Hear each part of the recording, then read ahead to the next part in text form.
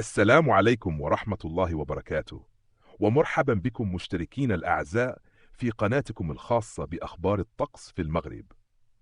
قبل أن نبدأ، لا تنسوا دعمنا بالاشتراك في القناة وتفعيل الجرس ومشاركة هذا الفيديو مع الأصدقاء والعائلة لتكونوا دائما على إطلاع بآخر النشرات الجوية والتنبيهات أولا بأول.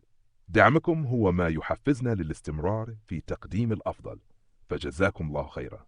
بمشيئة الله، تتوقع النماذج الجوية أن يشهد الطقس خلال اليومين القادمين أجواء غير مستقرة على عدة مناطق من بلادنا، خاصة يوم الثلاثاء والأربعاء، حيث يرتقب أن تعم سحب كثيفة تتخللها زخات مطرية متفرقة قد تكون أحيانا رعدية، خصوصا في المناطق الشمالية والوسطى وبعض المرتفعات. هذه الأمطار رغم تقلبها تبقى خيرا بإذن الله، وتنذر ببداية أجواء خريفية حقيقية مع انخفاض ملحوظ في درجات الحرارة ورياح معتدلة إلى نشطة على فترات.